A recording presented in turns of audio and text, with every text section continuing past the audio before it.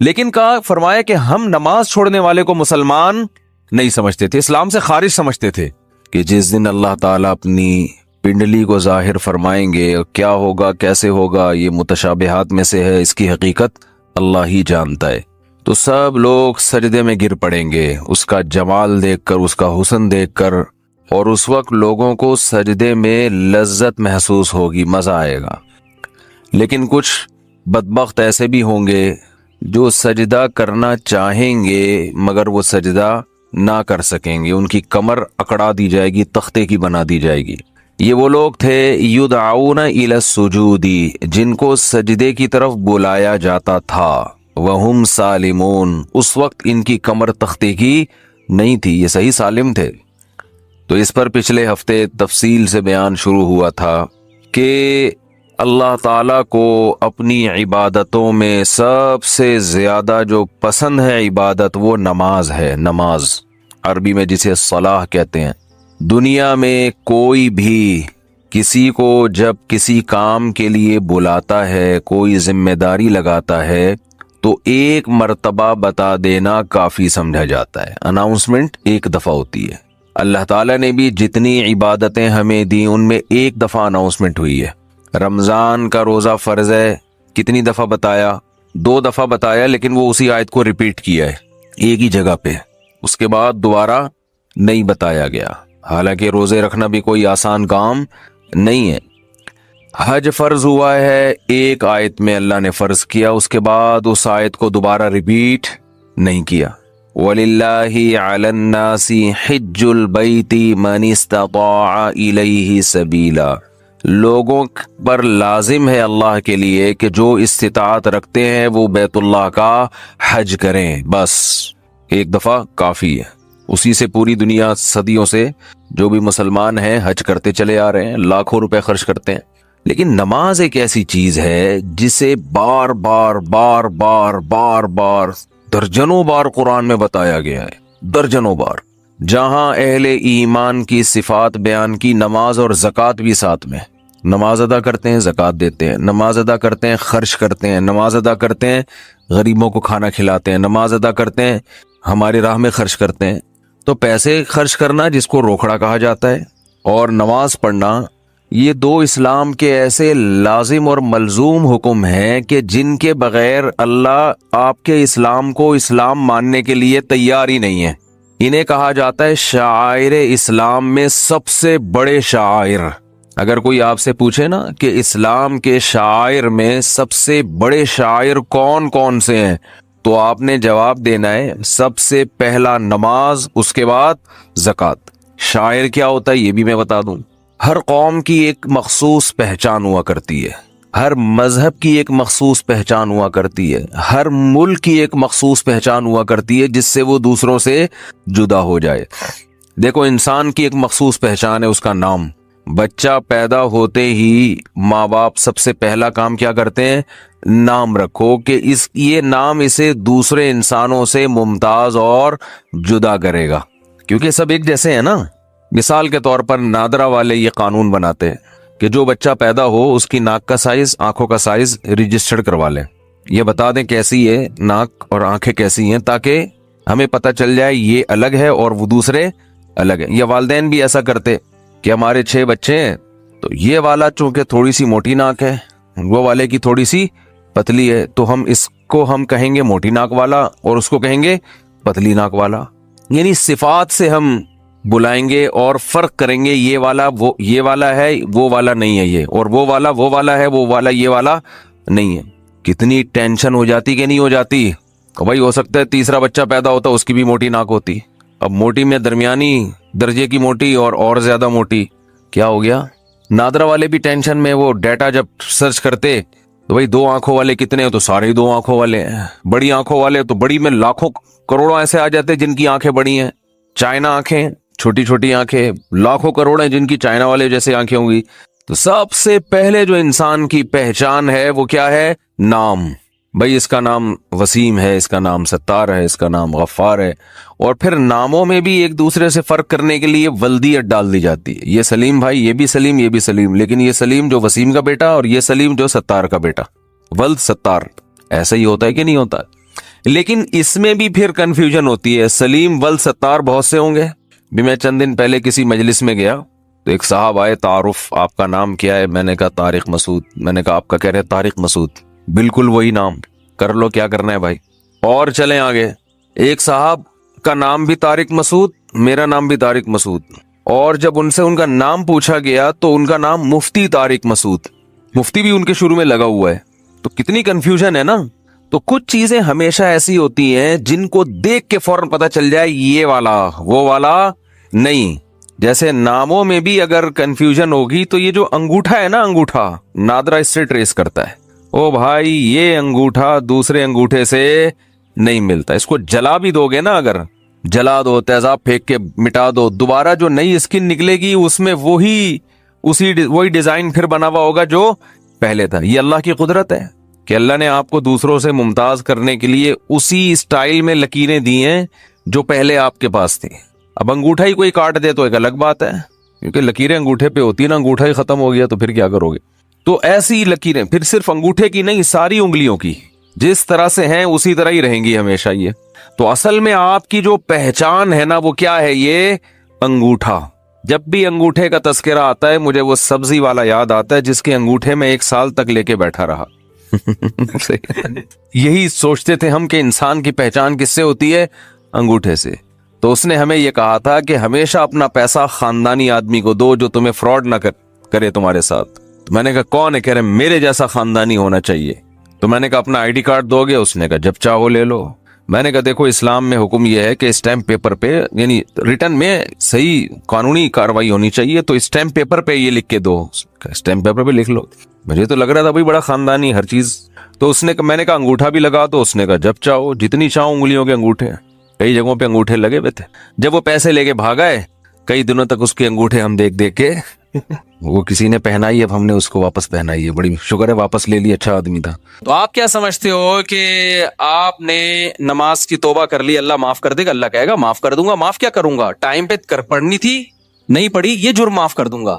لیکن جو دین آپ کے ذمے ہے وہ کوئی مفتی یا مذہبی اسکالر معاف نہیں کر سکتا. اس میں ہمارے پاس اللہ کی طرف سے دلیل ہوگی. یہ لوگ جو کہتے ہیں نا قضائے عمری کی کوئی دلیل دو, ان سے بولو معافی کی دلیل دو آپ, کہ بغیر پڑھے نمازیں معاف ہو جاتی ہیں. تم کہاں سے اللہ کی طرف ایک ایسی چیز کی نسبت کر دیتے ہو جس کا اللہ نے کوئی ذمہ داری نہیں لی ہے؟ کتنا بڑا جرم کیا, نماز کو ساقط کر دیا بغیر کسی دلیل کے. ہے بھائی دیکھو, جس کا حق ہے اس کو حق ہے نا کہ وہ ساقط کر دے. مثال سے بات سمجھاتا ہوں. آپ نے مجھ سے 1 لاکھ روپے لیے اور پی گئے. آپ نے کہا تھا 1 مہینے بعد دوں گا. بھائی یہ بچوں کو خاموش کروائیں اوپر, ٹھیک ہے. آپ نے مجھ سے 1 لاکھ روپے قرض لیے. قرض کس کا تھا؟ میرا. آپ نے کہا 1 مہینے بعد دوں گا. آپ 1 مہینے بعد نہیں دے رہے, ترسا رہے ہیں, تڑپا رہے ہیں. 6 مہینے گزر گئے, مجھے بہت غصہ آ رہا ہے کہ آجا, پکڑائی میں آئے گا تو نہیں چھوڑوں گا میں تجھے. اور میں نے کہا اب تو 6 مہینے بعد لے کے بھی آئے گا نا, پیسے تو لوں گا لیکن سزا دوں گا تجھے, کیونکہ تو نے اتنا ڈیلے کیوں کیا. آپ نے سوری کر لی 6 مہینے بعد کہ یار معافی چاہتا ہوں یار. اب جب آپ نے سوری کی ہے, میں نے کہا چلو بھائی اب یہ قرض لے آئے گا, اب میں اس پہ غصہ نہیں ہوں گا کیونکہ میں نے اس کو معاف کر دیا. یہ جو ڈیلے کیا نا معاف کر دیا. تیسرا بندہ اٹھ کے اس کو جا کے کہتا ہے اب تو پیسے نہ دے, اب تو پیسے مفتی صاحب کے پیسے نہ دے. اگلا کہتا ہے بھائی کیوں نہیں دوں, ایک تو میں نے ڈیلے کیا, اب بھی میں نہ دوں. تو وہ اگلا بندہ کہتا ہے بھائی اس کی کیا دلیل ہے کہ تیرے ذمے مفتی صاحب کے پیسے ہیں؟ اس پہ کوئی حدیث, اس پہ کوئی قرآن کی آیت کہ تو نے ابھی بھی دینے ہیں؟ تو یہ سمجھدار ہوگا تو کیا کہے گا, بھائی یہ معاف کرنے کا حق اس کو ہے جس نے پیسے دیے ہیں, یہ 3rd پرسن کو بولو نہیں ہے. تو اگر مفتی صاحب نے ایسی کوئی بات کہی ہے کہ جو ڈیلے کر دے گا تو میں معافی کر دوں گا, یعنی جو ٹائم پہ میرا قرضہ نہیں دے گا نا, اب اس کو میری طرف سے یہ سہولت ہے کہ صرف توبہ کر لے, قرضہ بھی ختم. اس سے بڑا مفتی دنیا میں کوئی بیوقوف دیکھا آپ نے جو کہے کہ جس نے میرے پیسے ٹائم پہ نہیں دیے اب وہ صرف سوری کرے گا, صرف سوری کرے گا تو وہ پورا ہی اڑا دوں گا میں اس سے قرضہ. تو اگر یہ سامنے والا جو 1 لاکھ روپے کھا کے بیٹھا ہوا ہے نا یہ 2 نمبر ہوگا نا, تو ان مذہبی اسکالر کی باتیں اس کو فوراً سمجھ میں آئیں گی جو یہ کہہ رہے ہیں کہ نہ دو. لیکن 1 نمبر ہوگا نا تو وہ کہے گا اس کی کیا دلیل ہے کہ جس کا حق تھا اس نے معاف کر دیا ہے, اس کی دلیل. مفتی صاحب سے کوئی تحریر لے کر آؤ. قضائے عمری کے ساتھ یہی حشر کیا ہے آج کل کے مذہبی اسکالرز نے, اور آج کل کے مذہبی اسکالرز کو جنہوں نے اپنا باپ بنا لیا ہے.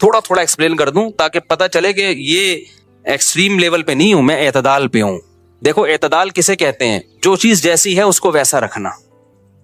ایک چیز کالی ہے نا, ایک آدمی کہہ رہا ہے یہ سفید ہے, میں کہوں یہ دھک کالی ہے, بھائی اتنی کالی ہے کہ اندھیرے میں نظر ہی نہیں آئے گی.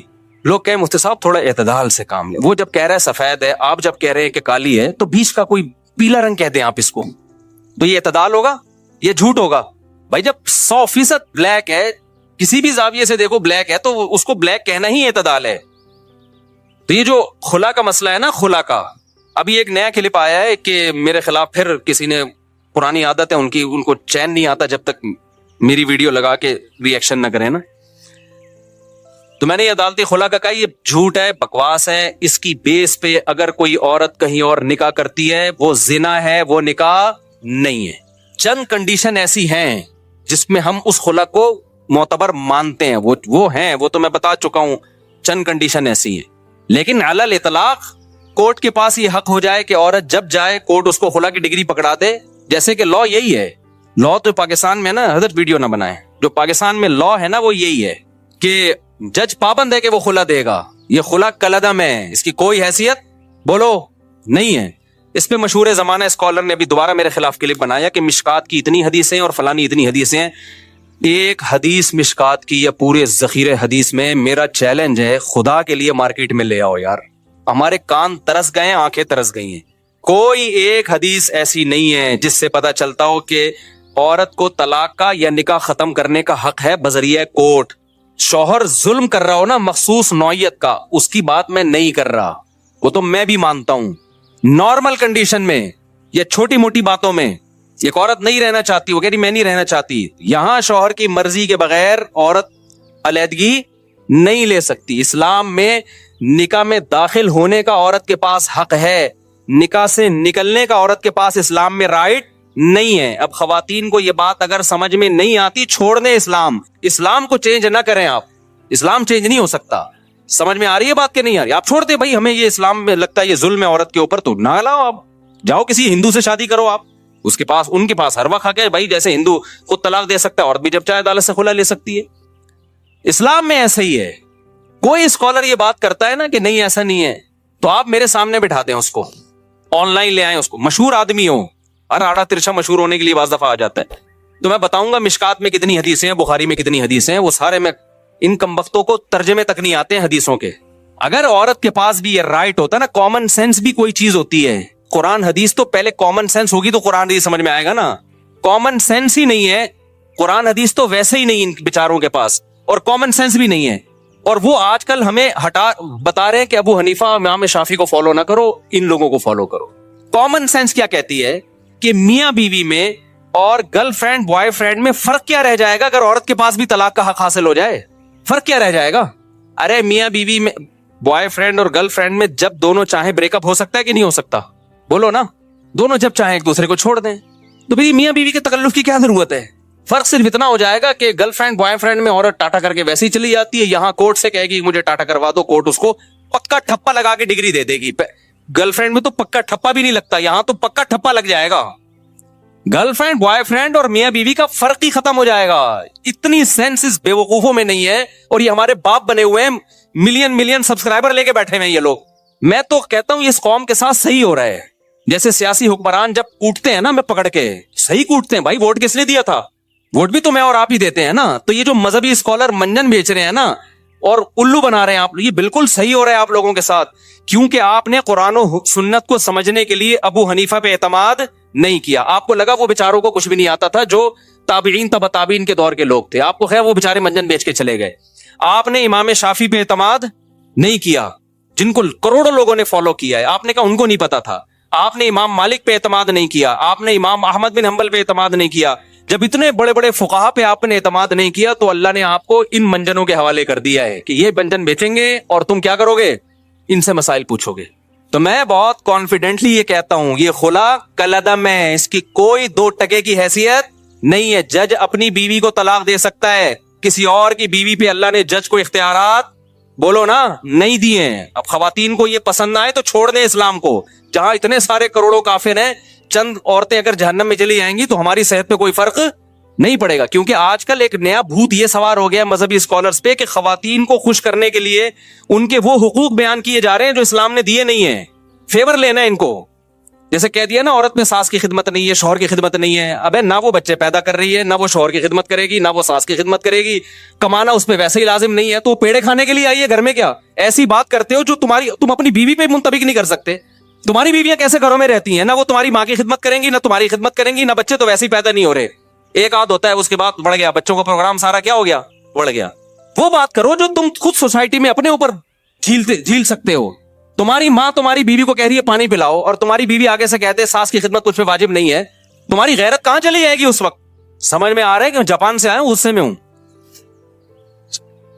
کیونکہ وہاں میں نے خاندانی نظام دیکھا ہے تباہ ہوتے ہوئے. انہی قسم کے لوگ وہاں بھی براڈ مائنڈیڈ پیدا ہوئے, بیڑا ہی غرق کر دیا پورے سسٹم کا. جو اسلام نے عورت کو حقوق دیے ہیں وہ بڑے خاندانی حقوق ہیں. ان حقوق کی بات کرو بھائی جو حقوق اسلام نے دیے ہیں. اسلام نے یہ کہیں نہیں کہا کہ تمہاری بیوی نہ تمہاری ماں کی خدمت کرے گی, نہ تمہاری روٹی پکا کے کھلائے گی.